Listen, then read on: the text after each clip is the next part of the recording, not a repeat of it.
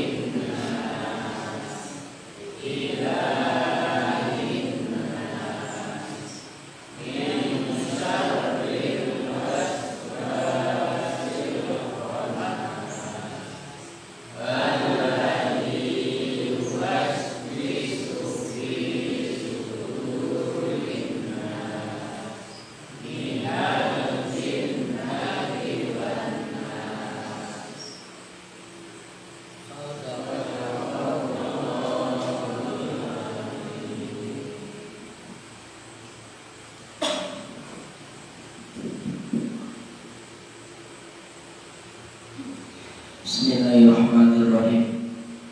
Assalamualaikum warahmatullahi wabarakatuh.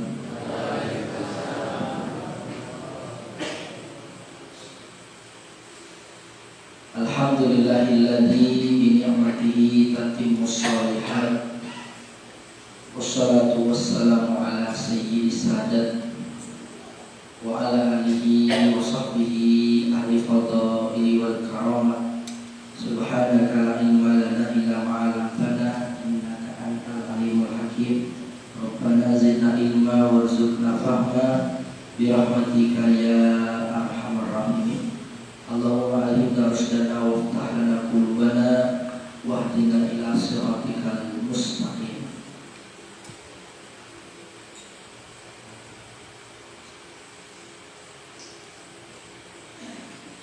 Hadirin hadirat, para bapak ibu, para tokoh masyarakat, alim ulama, jadi pandai guru-guru kami, para pemuda, semua kita yang hadir di majelis ini adalah hamba-hamba yang dimuliakan Allah. Amin ya rabbal alamin.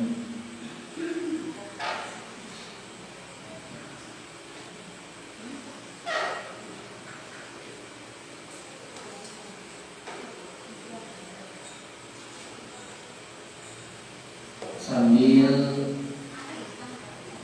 mempersiapkan diri menunggu jamaah yang lain, ini sambil panitia juga menyiapkan membagikan konsumsi. Ibu sudah kebagian semuanya, saya juga udah kebagian lengkap banget Bu. Bapak-bapak ini masih menunggu, sabar ya. Ini malam ini cerah dan banyak jamaah yang hadir.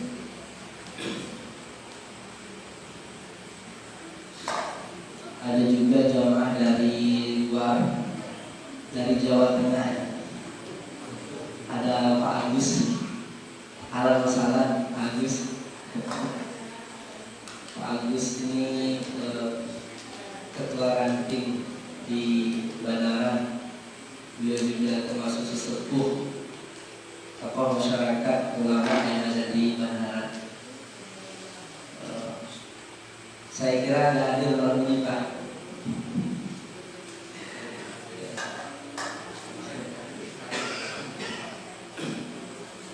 Kajian hadis Bukhari, saya ngaji, dia ikut nonton streaming. Ngaji tafsir, beliau hadir karena di Bandara tuan rumah.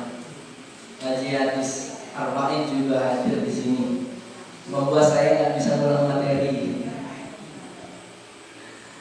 Ibu jamaah dirahmati Allah Subhanahu wa taala,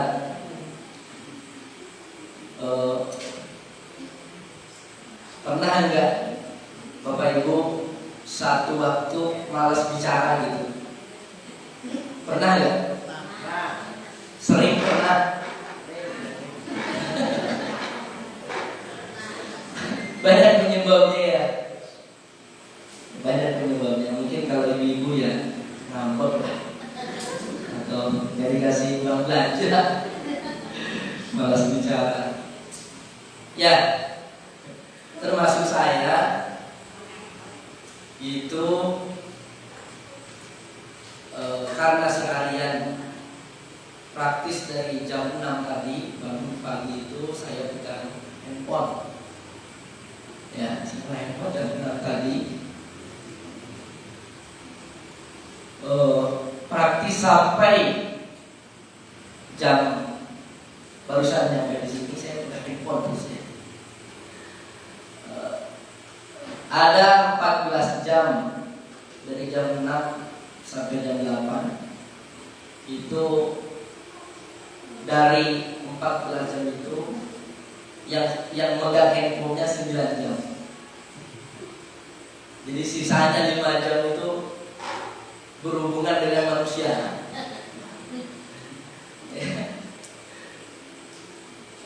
Ya mandi, ya sholat. Hari ini rapat cuma sekali, keluar tadi cuma sekali, ketemu tamu hanya 2 orang. Ya. Jadi yang 5 jam itu Pak. Selebihnya ya pegang laptop barusan pada maghrib. Ya. Jadi itulah yang menyebabkan salah satunya orang itu malas bicara. Ya. Salah satunya juga yang menyebabkan itu adalah lelah, capek. Ya. Maka perlu diseimbangkan, perlu dihindari. Baik, kita akan masuk di hadis kita yang kelima.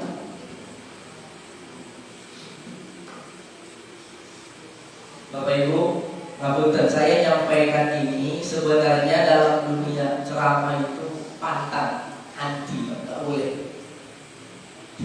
Nggak boleh Pak, kalau dibilang ustadznya kok lagi malas bicara, itu nggak boleh Pak, pantang gitu Pak. Ibarat orang jauh-jauh datang kemari ke majelis, ini yang mau ngomongnya kok malas. Itu anti banget Pak, pantang Pak. Mungkin hukumnya haram Pak, tapi saya sampaikan ini untuk berterus terang menggambarkan suasana hati saya saat ini.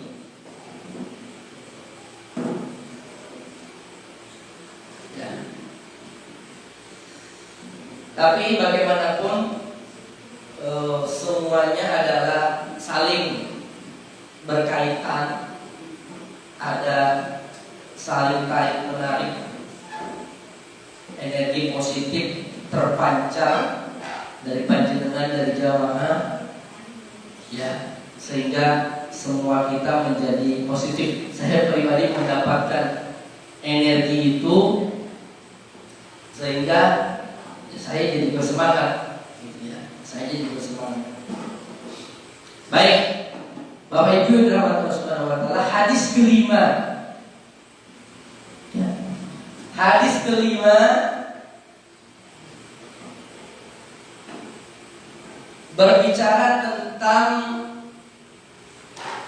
perbuatan bid'ah dalam agama. Perbuatan bid'ah dalam agama.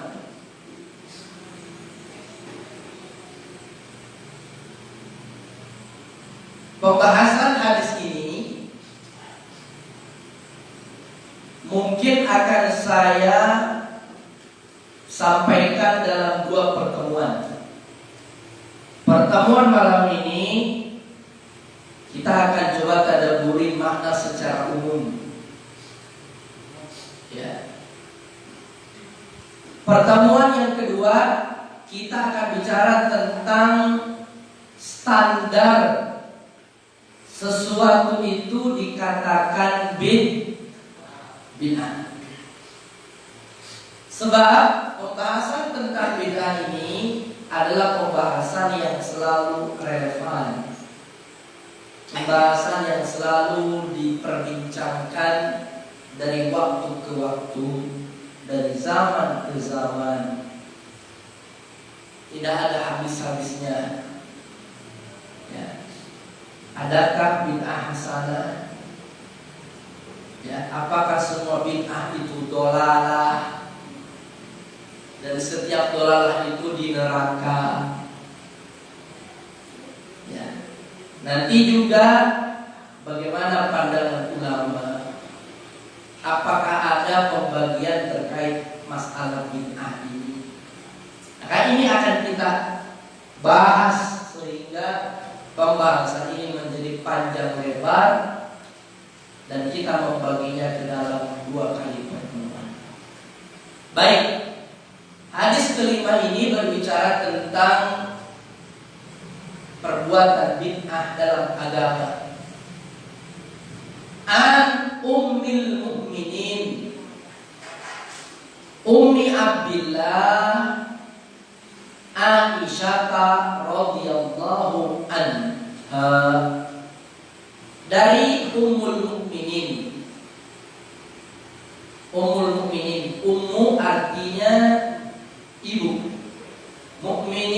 artinya orang-orang beriman. An ummil mu'minin, ummi, karena dia didahului oleh harfu jar. An ummi, bukan an ummu. Dari ummul mu'minin, ibunya orang beriman. Maksudnya adalah istri Rasulullah. Istri Rasulullah itu semuanya dipanggil ummul mu'minin, ibunya orang beriman. Lalu siapa anak-anaknya? Kita juga umatnya ini anak-anaknya. Maka itulah, karena dia ibu, maka dia tidak boleh dinikahi. Makanya sepeninggal Nabi, istri Nabi itu tidak ada yang dinikahi oleh sahabat, karena statusnya adalah ummu, ibu. Ya. Makna yang lain, tidak elok, tidak layak seseorang menikahi bekas istri Nabi, perempuan Nabi. Ini kecuali nanti perempuan yang dicerai. Nanti karena ada istri Nabi yang dicerai, kemudian diambil oleh sahabat. Baik. Kemudian Ummu Abdillah Aisyah radhiyallahu anha dipanggil dengan Ummu Abdillah, Ummu Abdullah. Ummu atau Abu disebut dengan kunyah. Ini sudah saya ulang-ulang terus. Kunyah. Abu Ummu itu kunyah. Ini kunyahnya Aisyah, dipanggil Ummu Abdullah. Buah pernikahan Ummul Mukminin Aisyah dengan Rasulullah, lahirlah bernama Abdullah. Dikatakan Abdullah ini meninggal dunia dalam usia yang masih kecil. Ada yang mengatakan meninggal karena keracunan. Abdullah buah pernikahan daripada Aisyah. Ada putra Nabi dari Khadijah, buah pernikahan beliau ada Al-Qasim. Al-Qasim, maka Nabi dipanggil Abu Qasim. Ada lagi Ruqayyah, kemudian Ummi Kulthum.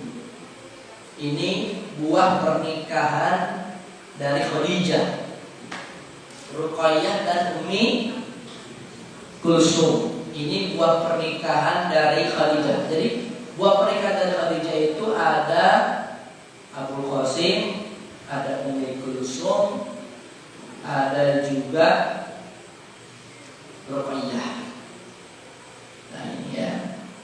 Nanti ada anak laki-laki bawaan satu orang dari buah pernikahan suami Khadijah, sebelum menikah dengan Rasulullah.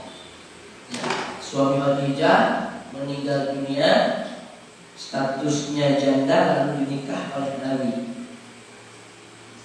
Ngomong-ngomong tentang Ruqayyah dan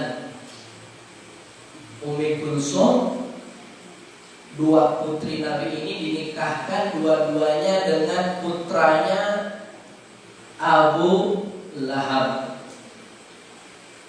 Ummi Kulthum dan Ruqayyah ini dua-duanya dinikahkan dengan putra daripada Abu Lahab. Tapi karena Rasulullah dianggap telah menodai agama nenek moyang orang-orang Quraisy. Ya, sejak Nabi resmi menjadi Rasul, sejak Muhammad menjadi Rasul, Abu Lahab yang cinta sayang dengan Muhammad, yang tidak sampai, ya, tidak cukup menyayangi Muhammad, ya, tapi ditambah dengan berbesana. Abu Lahab itu bukan orang jauh, ya. Abu Lahab itu kakak abangnya Abdullah. Berarti Pak Le apa Pak D? Pak D. Uaknya, kalau orang Sunda panggilnya uak. Ya.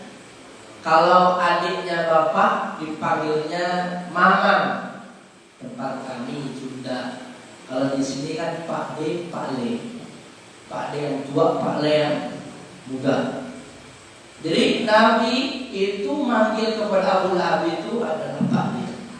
Dia punya dua anak laki-laki, dinikahkan dengan putri dua-duanya Rasulullah.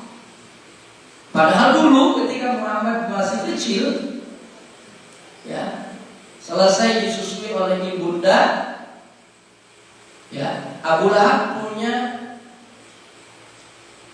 pelayan namanya Su'aibah al-Aslamiyah. Maka Nabi disusui oleh Su'aibah al-Aslamiyah. Itu pelayannya Abu Lahab. Jadi kedekatan Abu Lahab dengan Muhammad itu luar biasa. Sudah seperti orang tua dan anak. Ini saya nyambung di situ ya, untuk kita punya bayangan. Abu Lahab dengan Muhammad. Rasa sayang abang kepada adiknya itu adalah gambaran rasa sayang Abu Lahab kepada Abdullah. Abdullah itu adalah seorang adik, dia pengantin baru, meninggal usia 18 tahun. Bapaknya Nabi itu meninggal usia 18 tahun, Pak. Dia sudah menikah dengan Aminah, istrinya hamil muda, ya. Abdullah meninggal. Abangnya ini Abu Lahab itu sedih luar biasa ketika adiknya Abdullah itu meninggal muda. Maka kecintaan kepada adiknya ini, ya, berubah kepada pengganti, yaitu kecintaan kepada anak adiknya, anaknya Abdullah. Siapa? Muhammad. Maka kecintaannya luar biasa Abu Lahab, ya. Putra Abdul Muthalib, ada Hamzah, ada Abu Thalib, ada Al-Abbas. Yang paling kaya itu Abu Lahab.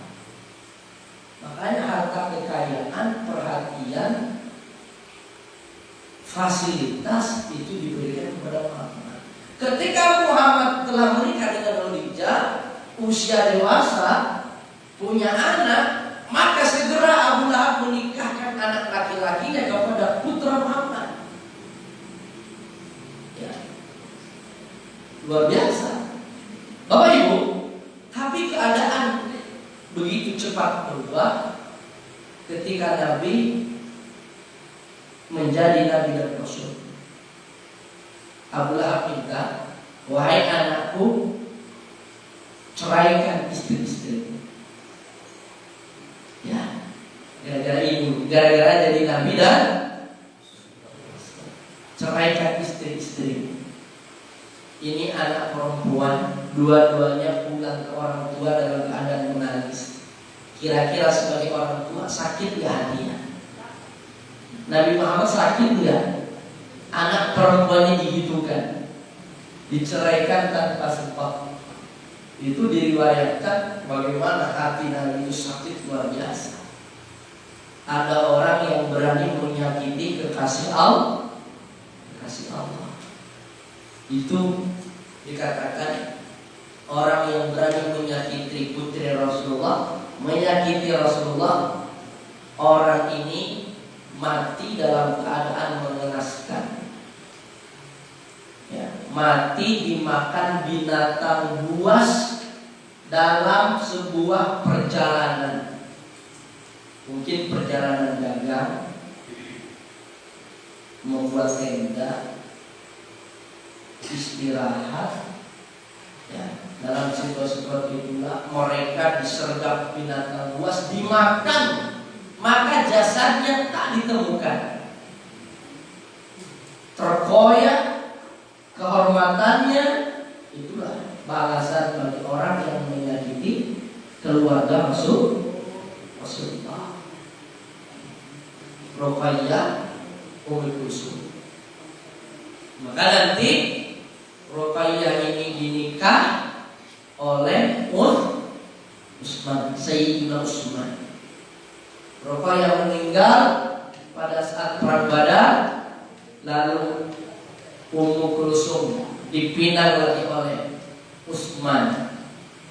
Maka Utsman ini punya putri Rasulullah 2.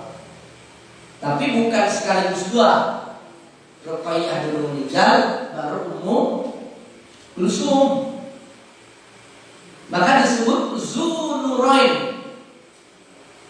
Ya, Zu pemilik, Nurain 2 cahaya. Maksudnya adalah putri Rasulullah. Dua-duanya dapat sama Utsman. Hebat ya. Ini sejarah saya ulang-ulang terus Pak. Ini ada yang menarik, Bapak Ibu. Ruqayyah itu meninggal ketika Nabi berada di perang Badar.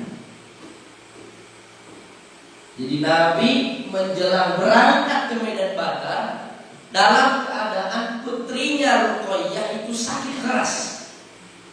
Mungkin kalau sekarang itu opnam dalam keadaan kritis. Opnam keadaan kritis. Itu bisa dibayangkan. Ini ibarat kita mau ngisi ngaji itu bagus ya.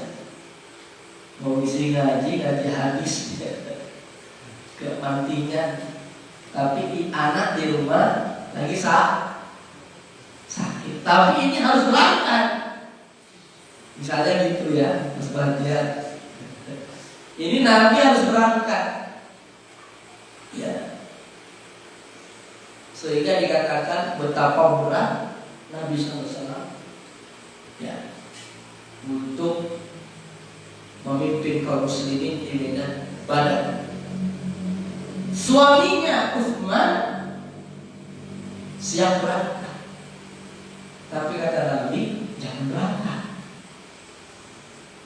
Utsman merajuk, yang lain dapat kesempatan mati syahid, saya tidak dapat kesempatan mati syahid.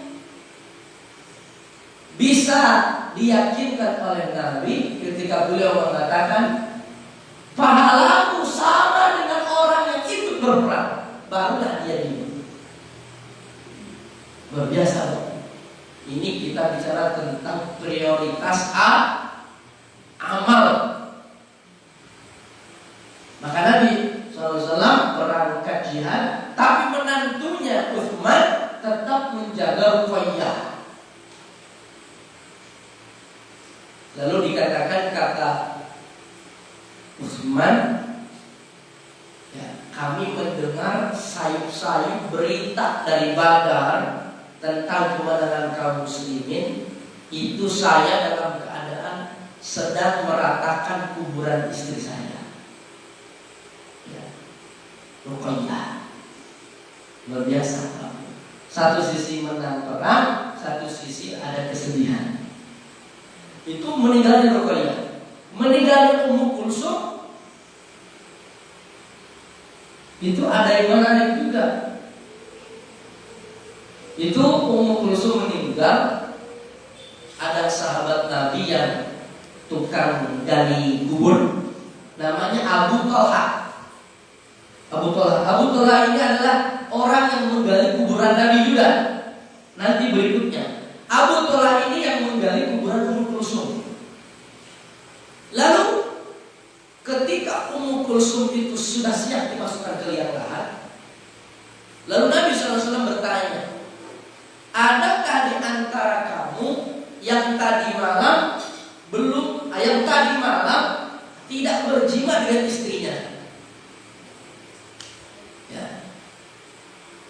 Jadi maksud pernyataan Nabi adalah hendaknya orang yang memegang mayat ini adalah orang yang bukan dalam waktu dekat berjima dengan pasangannya. Akhirnya Abu Thalhah, saya ya Rasul. Lalu Nabi mengizinkan Abu Thalhah turun ke liang lahat, lalu memegang mayat Ummu Kulsum dan memasukkannya ke liang lahat. Padahal di situ ada suaminya Utsman bin Affan. Ibnu Hajar menjelaskan hadis ini. Di situ Nabi Sallallahu Alaihi Wasallam mengajarkan kepada kita, hendaklah mayat perempuan itu dimasukkan ke dalam liang lahat oleh orang satu, oleh mahramnya, muhrimnya. Yang kedua, sebisa mungkin orang yang memegangnya adalah orang yang tidak dekat, belum berjima dalam waktu dekat, tidak berjima dalam waktu dekat. Itulah. Maka dikatakan Abu Thalhah itu orang lain, tapi dia tidak berjima dalam waktu dekat. Tapi Utsman, ada yang mengatakan kemungkinan Utsman itu dicegah oleh Nabi karena baru tadi malam melakukannya. Walaupun suami sendiri. Itu saya membaca hadis itu luar biasa ya. Jadi kan begini Bu, ini Mas Fardian nggak nyampe pikirannya. Apa yang terjadi tadi malam itu mesti diingatkan kan? Ngapain aja tadi malam sama istri dan sebagainya. Nah itu jangan sampai kita megang mayat perempuan itu terbayang-bayang Pak, ngebayangin gitu loh Pak, walaupun suami sendiri. Itu maksudnya.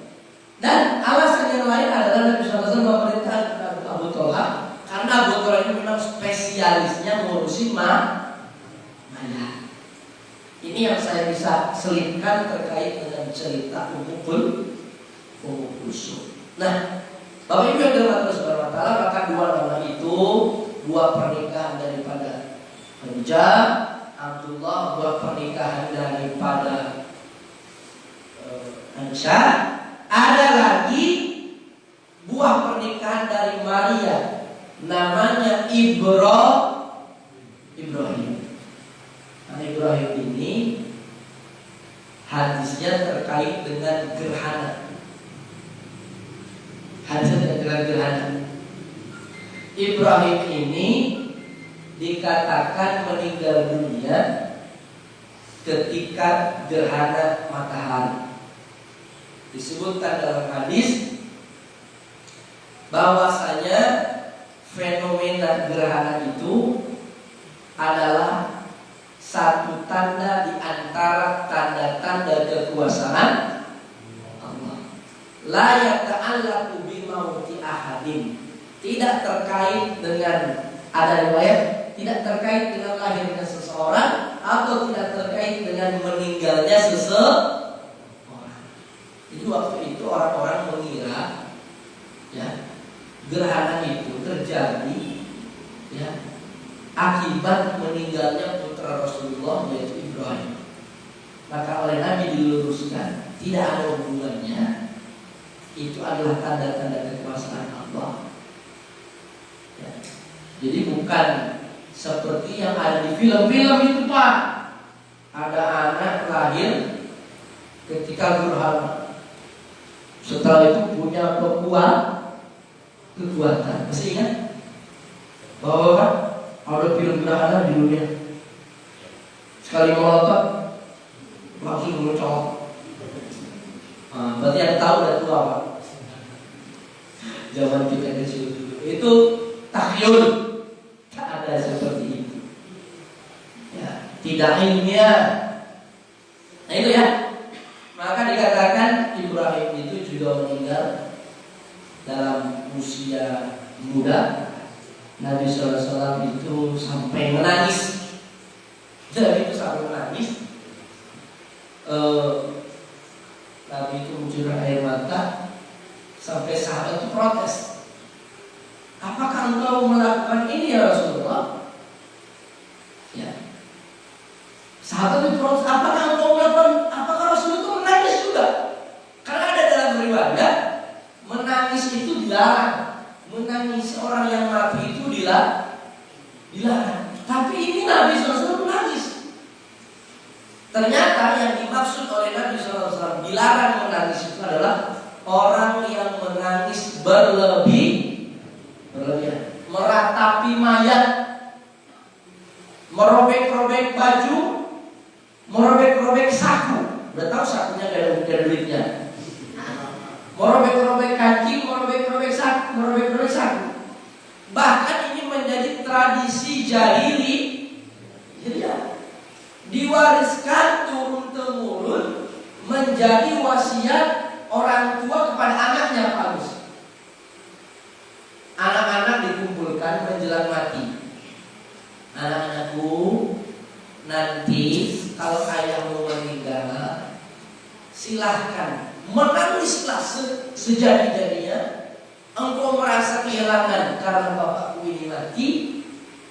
Kau ingat jasa-jasa ayahmu, peninggalan hartanya, telah menyekolahkanmu, membesarkanmu, memberi pakaian kamu, menikahkanmu dengan pasangannya masing-masing. Maka lakukanlah itu demi untuk mengenang bapakmu. Inilah yang disebut dengan meratap.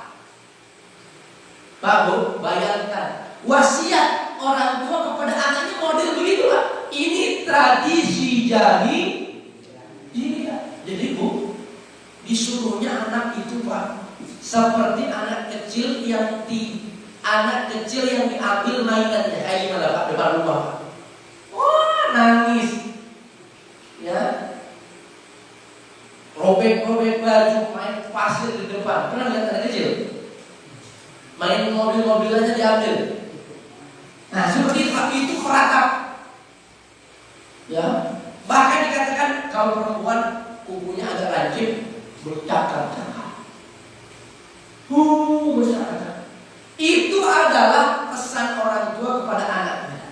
Nah, maka ketika sahabat protes ya Rasulullah kok menangis juga? Bukankah Nabi itu melarang orang-orang Islam untuk menangisi orang yang telah wafat? Lalu Nabi SAW mengatakan, ini adalah fitrah, merupakan rahmat yang diberikan Allah kepada hambanya. Artinya apa? Seorang hamba Allah itu juga punya kelembutan hati. Dia menangis sedih karena ditinggal orang yang dicintai. Menangis itu adalah bagian daripada fitrah. Lalu yang dilarang itu yang mana? Yang dilarang adalah menangisnya cara orang jahiliyah. Itu Pak. Satu, meratap, hukumnya haram. Yang kedua, orang jahiliyah melakukan itu bangga dengan perbuatan bapaknya selama hidup, sedangkan perbuatan bapaknya isinya adalah perbuatan maksiat. Banggalah dengan bapakmu yang tukang rampok. Banggalah dengan bapakmu yang tukang bisnis riba. Banggalah dengan bapakmu yang tukang bohong. Banggalah dengan bapakmu yang koruptor. Banggalah dengan bapakmu yang doyan kawin. Doyan kawinnya dengan seniman. Jadi disuruhnya begitu. Sedangkan perbuatan bapak mereka adalah perbuatan jahat, maksiat. Maka inilah terjadi kepada diri Nabi ketika ditinggal oleh putra beliau, buah pernikahan dari Maryam. dari Maria, yaitu Ibrahim. Sekelumit ini terkait dengan istri Nabi dan putra-putranya. Ini bagian daripada saya menceritakan Abdullah, putra daripada Ummul Mukminin Aisyah, buah pernikahan dengan Rasulullah Sallallahu Alaihi Wasallam. Aisyah ini dikatakan menikah dengan Nabi usia 6 tahun. Berapa? 6. Bu, berapa bu? 6 tahun.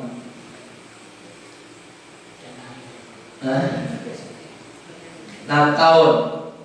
Jadi beliau ini menikah akan dengan Aisyah usia 6 tahun. Tapi ini masih di Makkah. Masih di Makkah. Benar-benar nanti tinggal satu rumah bersama Rasulullah itu pada usia 9 tahun ketika berada di Madinah. Riwayat dari Imam Bukhari dikatakan adalah Abu Bakar yang menawarkan Aisyah kepada Rasulullah Sallallahu Alaihi Wasallam. Lalu Rasulullah menyetujui. Lalu mereka menikahkan. Lalu kemudian dalam riwayat itu dikatakan setelah hijrah di Madinah, tiba-tiba Aisyah itu dipanggil oleh bibi-bibinya. Lalu kemudian didandani. Mungkin zaman sekarang. Ya dirias ya. Dirias, dibuat cantik, didandani begitu. Lalu kemudian datanglah Rasulullah. Datanglah Rasulullah, kata Aisyah, dan waktu itu aku berusia 9 tahun. Berarti akadnya dulu di Makkah 6 tahun, 9 tahun, 3 tahun kemudian resepsi. Itu diriwayatkan oleh Imam Bukhari. Terserah, ada riwayat juga para sejarawan mengatakan usianya 13 tahun. Ya, 12 tahun. Kalau alam sementara ini yang saya pegang usia 9 tahun. Aisyah ya tinggal serumah bersama Rasulullah Sallallahu Alaihi Wasallam. Bapak Ibu, jadi Nabi menikah dengan Khadijah usia 25, Khadijah 40 tahun. Khadijah meninggal dunia usia 65 tahun. Nabi menikah dengan Khadijah selama 25 tahun. Berumah tangga dengan Khadijah. Selama itu Nabi tidak pernah menikah dengan perempuan lain sebelum Khadijah meninggal dunia. Saya kasih tahu untuk bapak-bapak, Bu, biar bapak-bapak tahu. Nabi menikah dengan Khadijah selama 25 tahun, statusnya monogami. Satu istri, setia dengan satu istri. Ya, jadi jangan coba-coba. Saya aja belum berani, sampai ada coba-coba. Itu Pak, Khadijah nih, ya dengan beliau Rasulullah. Barulah setelah Khadijah meninggal, tidak lama setelah Khadijah meninggal, Nabi menikah dengan seorang bernama Saudah. Saudah ini namanya saja Aswad hitam. Seorang perempuan usia 70 tahun yang punya anak 12.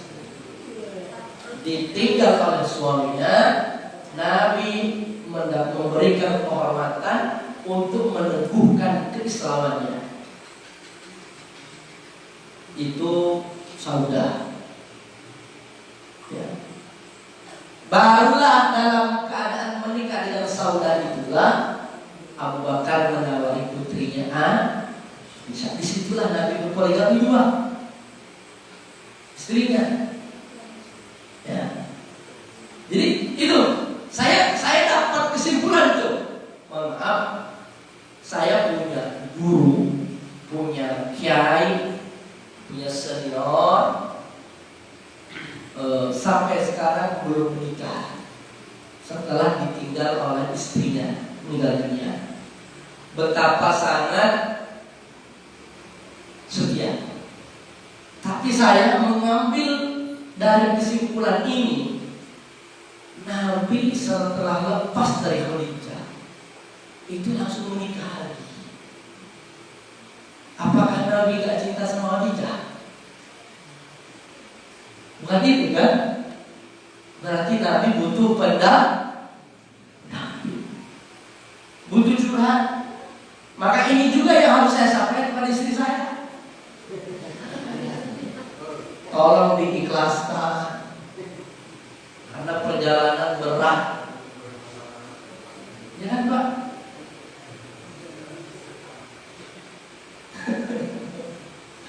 Perjalanan berat Pak.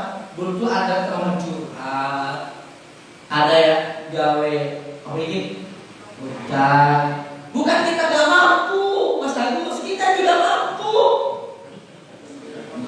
Kok jadi kesana kebetulan aja? Bukan kita mampu, tapi ada yang jauh lebih penting daripada itu, ada yang menguatkan kita. Berarti ini Rasulullah ngasih contoh kita. Yang laki-laki juga mungkin sama begitu. Mesti ikhlaskan andai kita pulang duluan, andai kita meninggal loh. Silakan cari suami yang baik. Ya, masih muda, besarkan anak-anak menjadi generasi soleh dan ya. Jangan berwasiat haram menikah lagi sepeninggal aku. Kalau enggak aku nanti hidup mati gentayangan. Ya, tapi saya pribadi termasuk yang cemburu tinggi Bang. Kayaknya untuk merelakan istri untuk menikah lagi kalau kita mati duluan itu belum Pak.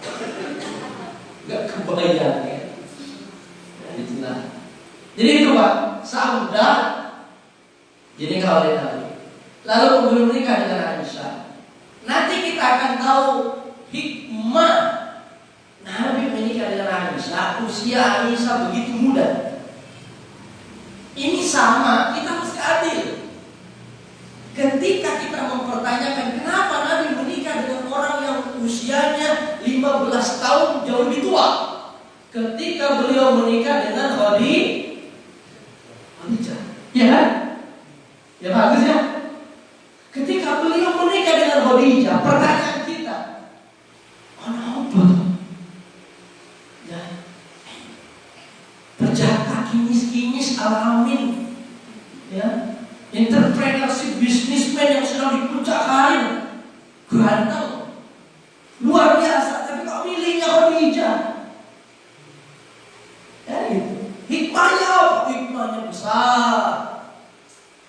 Ternyata sosok laki-laki ini besok akan memiliki beban tanggung jawab besar, dan Khadijah sosok perempuan sebagai istri sekaligus pelindung. Istri dengan tipe keibuan, istri dengan tipe keibuan, bukan istri dengan tipe kekanak-kanakan. Bisa senang datang, apa namanya, kemayu.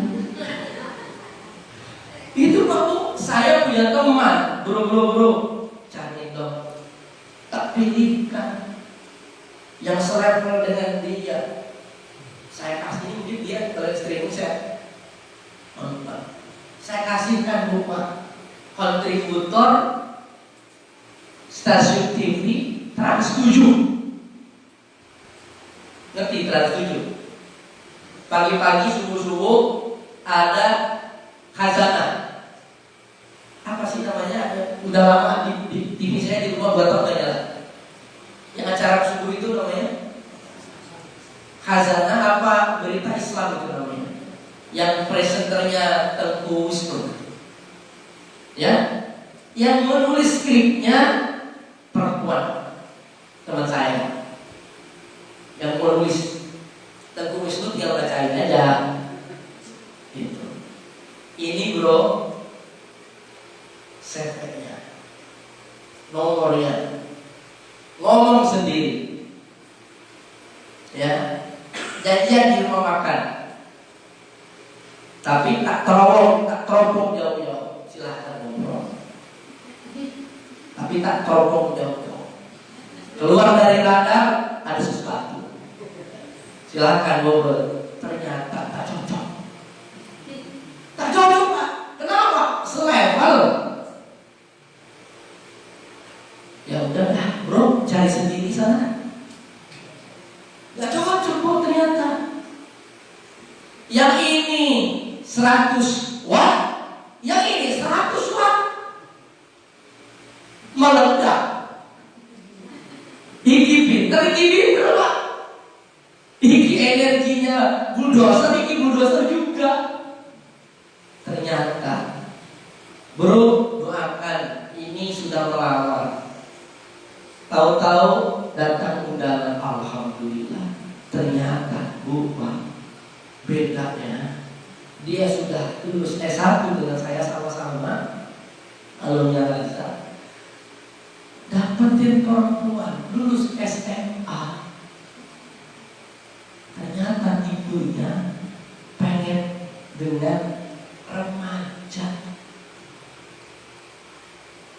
Itu Pak. Sekarang sudah. Sekarang jadi imam masjid di Ansan di Korea. Di Korea sekarang. Ya Allah. Itu Pak. Jadi orang itu beda-beda. Nah itu Rasulullah menikah dengan orang yang tipenya pribadi. Saya dengan istri saya itu bedanya 1 tahun. Tua siapa? Tua istri saya. Istri saya sudah mendaftar S2, saya baru semester 7 S1. Allah pertemukan, lalu planning nikah usia 25 tahun, pengen seperti Rasulullah, bikin planning. Kapan nikah? 25 tahun. Kapan lulus S1? 24 tahun. Pokoknya sebelum nikah bisnis mapan dulu setahun. Baru 23 tahun bisa kuat. Allah percepat. Nabi 25, Khadijah 40, bedanya 15 tahun. Allah tunjukkan hikmah di belakang hari. Ternyata Khadijah itulah yang menjadi penopang dakwah Nabi. Ya, dapat wahyu pertama sambiluni. Apa? Selimuti aku juga. Kalau bukan perempuan yang bijaksana, mesti cerewet tuh perempuan tuh apa? Keluyuran aja sih. Dibilangnya keluyuran, padahal kalau tak harus diguahi, banyak keluyuran dari pagi. Nah, 7 siang di belakang. Ya Allah, mestinya ini abang baru berharus beribadah. Dia buaya memikirkan umat ketemu Jibril, tapi Khadijah dengan matang meyakinkan Muhammad. Tidak akan ada yang terjadi setelah ini. Engkau adalah Al-Amin. Engkau adalah orang yang dipercaya. Tidak akan ada orang berbuat jahat kepada. Ini istri merupakan. Tidak cukup sampai di situ, diajaknya suaminya kepada sepupunya Waraqah bin Naufal. Kebetulan sepupunya ini sudah tua renta, sudah buta. Khadijah waktu itu sudah usia ya 55 tahun. Maka sepupunya sudah sepuh kepada Waraqah. Ya, abang ini suami pulang-pulang menggigil kayak baru ketemu genderuwo. Coba dinasihati. Disitulah Waraqah cerita. Itu adalah namus. Dia adalah sosok yang dulu bertemu dengan Isa. Dia adalah namus yang dulu juga pernah bertemu dengan Nabi sebelumnya. Suamimu ini adalah Nabi. Masya Allah. Ini Khadijah. Bagaimana dengan Aisyah? Ketika Nabi meninggal, Aisyah usia 15 tahun. Bu, berarti berumah tangga 9 dengan 15 kali 9 tahun. Ternyata perjalanan 6 tahun dengan Nabi itu diserap oleh Aisyah. Isinya ilmu. Seperti anak SMA lagi pesantren menyerap ilmu. Seperti mahasiswi yang lagi kuliah, lagi semangat belajar. Tahu, Masya Allah. Maka setelah Nabi meninggal dunia, yang bertugas menyampaikan fatwa agama itu adalah Aisyah. Khadijah dan gak ada istri-istri Nabi yang lain tidak secerdas Aisyah. Makanya hadisnya saja 2100 Aisyah. Padahal hanya berapa tahun? Kurang lebih 6 tahun bersama Nabi. Yang disampaikan Aisyah itu tidak disampaikan oleh sahabat yang lain. Kenapa? Urusan di rumah. Aisyah urusan ketika di rumah. Mungkin Abu Bakar sedikit tahu mertua. Maka Bapak Ibu coba cerita tentang Aisyah itu kan ada dalam lagu tuh. Aisyah, gimana Mas? Lagunya tuh? Iya. Lagunya kan itu ada itu. Berlari-lari kayak gitu kan gitu. Jadi isinya itu romantis, Pak. Kenapa? Karena Nabi dengan perempuan di sampingnya yang usianya remaja.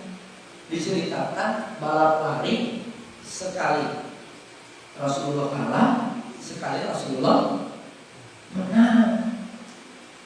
Nonton orang Habasah yang lagi berlatih perang di masjid. Itu kan dengan Aisyah juga. Isinya begitu aja. Aisyah menemani Nabi perjalanan. Bu Pak, ada kejadian tentang tayamum. Ini terkait dengan Aisyah. Jadi Aisyah itu ikut bersama Nabi perjalanan. Kemudian kalungnya jatuh. Barangnya jatuh. Nah, kemudian gara-gara kalungnya Aisyah jatuh ini, rombongan berhenti. Sampai kemalaman. Datang waktu subuh, sahabat mau sholat, nggak ada air. Kira-kira yang marah siapa sama Aisyah?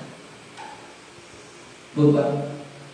Ini rombongan perjalanan terhenti yang mestinya berangkat, ya. Kemudian datang waktu sholat, nggak ada air buat wudhu. Kira-kira yang marah siapa? Halo, Rasulullah ngambek nggak? Coba tebak-tebakan ini. Yang marah kepada Aisyah siapa? Saya ulangi. Ini Tidak apa-apa malam ini sambil ceritanya. Rasulullah dan sahabat melakukan perjalanan. Istri Nabi biasanya diajak dengan cara diunding.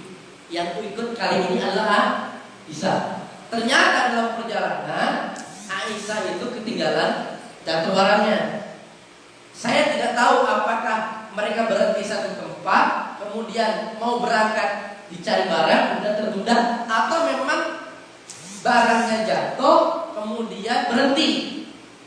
Tapi yang pasti Aisyah barangnya jatuh, kemudian mereka berhenti di situ, muter-muter nyari sampai bermalam. Nah, ketika mau sholat tidak ada air, itu saya mau tanya, yang salah siapa? Yang bikin gara-gara rombongan Aisyah kan? Nah sekarang yang marah siapa? Hah? Rasulullah ngambek? Enggak ngambek. Ayo ingat-ingat, ini mesti saya kasih hadiah nih. Yang pantas marah siapa? Aisyah marah? Belum enggak, di mana dari barangnya kok? Rombongan marah? Apakah berkewul? Yang marah itu bapaknya. Siapa bapaknya? Abu Bakar. Ayo Pak, sama seperti Abu Bakar itu nyeri gara-gara kamu. Aisyah dicubit gara-gara kamu. Rasulullah jadi kesulitan. Sahabat mau sholat di air. Oh enggak. Udah ingat? Kan Abu Bakar kemana-mana ikut Rasulullah. Ya kan? Sering bapak nyubit anak. Kalau anak kita pergi gara-gara, besok harus jangan ngaji lagi. Biar kita ngomongin pengajian. Sama saya juga suka. Udah, istri saya mau ikut, mau saya ikut. Gitu. Apalagi bawa gak usah. Kan kita ngambek tuh Pak. Itu kok pernah saya tuh Pak. Masya Allah. Tablik akbar di Masjid Raya. Wah itu apa-apanya ribuan. Saya MC aja. Anak saya lari dari bawah. Saya begitu. Aduh ya Allah.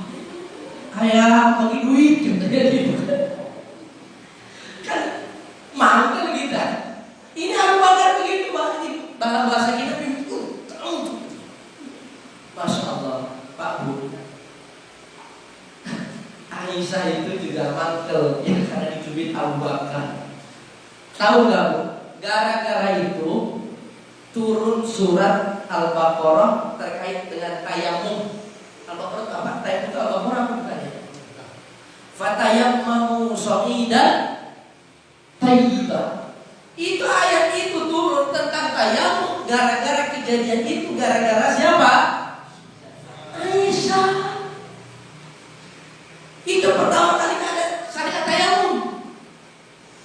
Ternyata Pak Bu, setelah tayamum bisa sholat, akhirnya apa? Unta berdiri. Oh, pantesan pengen jitak unta. Kalungnya itu Pak ada di bawah unta. Lalu ada sahabat mengatakan, Masya Allah, keberkahan bagi Aisyah. Aisyah ini, musibahnya Aisyah saja membawa berkah. Berkah apa? Turun tayamum. Coba waktu itu gak kejadian, sampai sekarang kagak ada tayamum. Kira-kira Abu Bakar bagaimana? Nyesal gak tuh udah nyubit? Ya Allah, itulah keberkahan yang keluarga Abu Bakar. Keselnya, bikin keselnya aja mau tetap membawa berkah. Itu Aisyah. Maka semua cerita yang dialami oleh Aisyah itu disampaikan kepada para sahabat seperti Nabi Muhammad Sallallahu Alaihi Wasallam. Maka Bapak Ibu yang Allah Subhanahu wa taala, ya, Aisyah ini banyak meriwayatkan hadis. Dia berusia cukup panjang, nanti hidup di zaman Khalifah Abu Bakar, hidup di zaman Khalifah Umar, hidup juga di zaman Khalifah Utsman, bahkan nanti dalam Khalifahan Ali, Aisyah berangkat, ya, menggunakan unta, membawa 1000 unta, ya, bersama Zubair bin Awam, ya, terjadilah konfrontasi dengan pendukung, ya, Ali. Inilah yang disebut dengan perang Jamal. Nanti kapan-kapan kita cek. Ini Ummul Mukminin Aisyah. Ya. Kemudian Bapak Ibu dalam Allah Subhanahu wa taala, inti hadis disebutkan man ahdasa fi amrina haza ma laisa minhu fahuwa raddun. Siapa yang mengada-ngada perkara baru dalam urusan kami ini, maksudnya dalam urusan agama kami ini, ma laisa minhu, yang tidak terkait dengan agama, fahuwa raddun, maka dia tertolak. Rawahul Bukhari wa Muslim. Hadis ini ada terdapat dalam Sahih Bukhari dan Sahih Muslim. Tapi ini lafadznya lafadz Bukhari. Lafadz Muslimnya man amila amalan laisa alaihi amruna fahuwa raddun. Siapa yang beramal bukan yang diperintahkan oleh kami, maka dia tertolak. Maka hadis ini memiliki beberapa poin. Satu, amal itu akan diterima apabila memenuhi 2 kriteria. Satu, ikhlas lillahi ta'ala. Yang kedua adalah mutaba'atul rasul, mengikuti syariat Islam, mengikuti yang telah diajarkan oleh Rasulullah. Nah, sekarang yang seperti apa yang tidak cocok dengan Rasulullah itu? Makanya kita bicara tentang standar sesuatu itu dikatakan bid'ah. Dia nanti kita akan bicara, ya, ada di situ kata laisa fihi mama laisa minhu, bukan bagian daripadanya. Karena nanti kita juga ada bid'ah dalam masalah fikih, ada juga bid'ah dalam urusan akidah. Itu punya sholat subuh 4 rakaat. Itu bid'ah, betul. Sholat subuh 4 rakaat, bid'ah bukan? Bid'ah. Karena lagi semangat, aku sholat subuh 4 rakaat.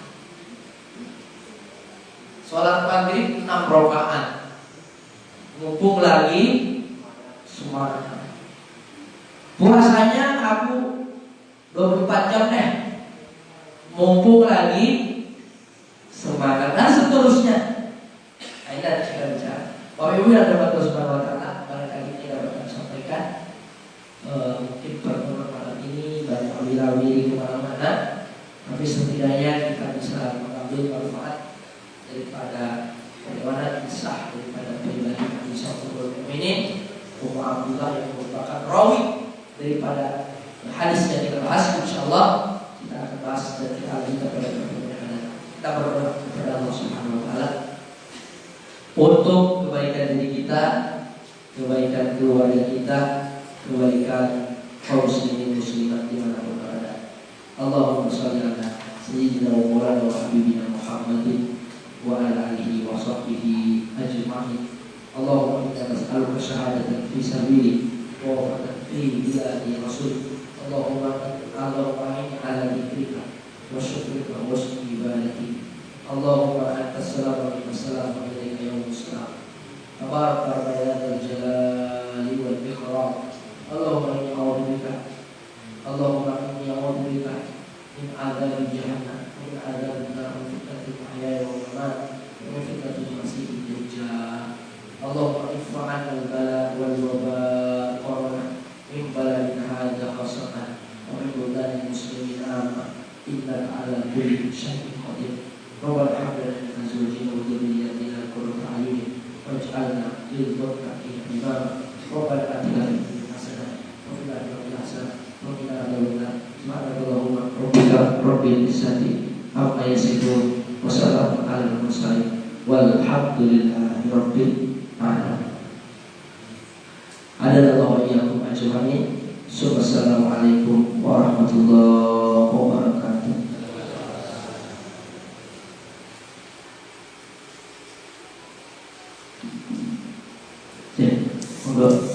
Tidak salaman dulu ya, salaman sendiri-sendiri saja. Oke, ini Pak Pinju Pak. Ini coronanya masih Pak. Kemarin ada di kali jauh masuk orang. Ya, alhamdulillah.